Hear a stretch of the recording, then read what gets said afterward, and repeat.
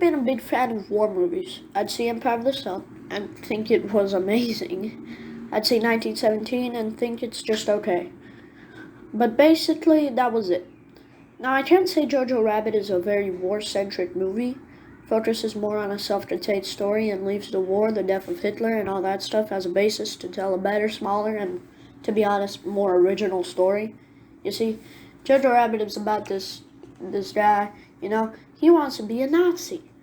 So he and his best mate Yorkie, who has no significance to the plot at all, go off to a training weekend to be in Hitler's army. So then a bunch of pricks go off saying that to be in the army you need strength. So they single out Jojo and make him kill a rabbit, like, yes, you need to kill the rabbit. I do a terrible German accent.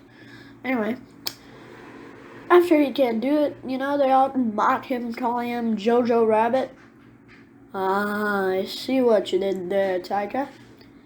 So after that, his imaginary friend Hitler shows up and starts talking to him about, how the rabbit's awesome. The rabbit's strong. He's brave.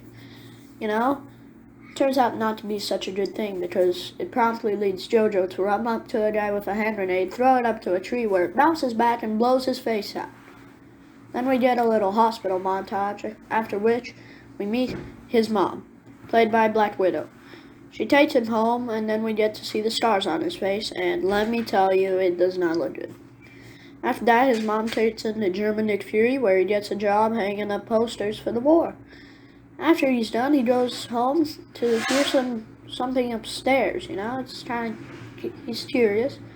He goes in there with his little Boy Scout flashlight or some crap, and, he discovers that a Jewish girl has been living there the entire time. Pretty goddamn shocking. She's a bit older than him, but she's still a teen. Him and his friend Hitler brainstorm about burning down the house and blaming Winston Churchill, which, clearly is the more rational plan. Anyway, they decide to negotiate with her, which leads him to discovering that she has a fiancé called Nathan. Jojo fakes a letter from Nathan telling that he wants to break up, but immediately course corrects it by sending another one saying he doesn't. He continues to send letters from Nathan, who appears to have found out about Jojo, but then again, he couldn't have done that. Things get nasty. His mom gets hung in the town square because, that's just what happens. Childhood. You gotta live with it. But anyway, nothing's safe. There's a big battle, after which Jojo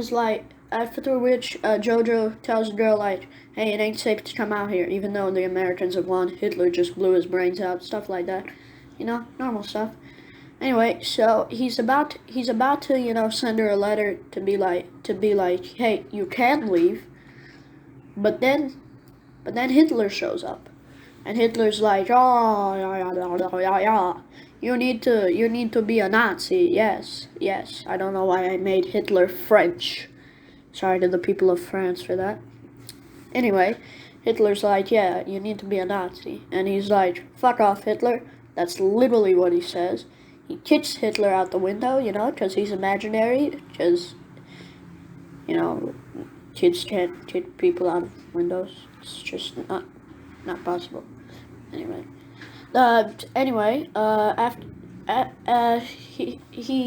He keeps her there for a while, because he's like, it's the only part of, it's basically the only part of his life that isn't hung, or blew his brains out, or lost the war, or that.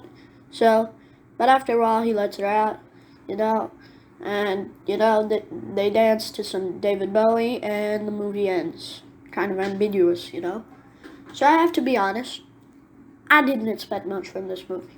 But in the end, I got what I marked down, and it was another banger movie from 2019. It was sort of a mixture between Elf and Empire of the Sun. So if you haven't watched any of those movies, watch them. But that's all I have for today.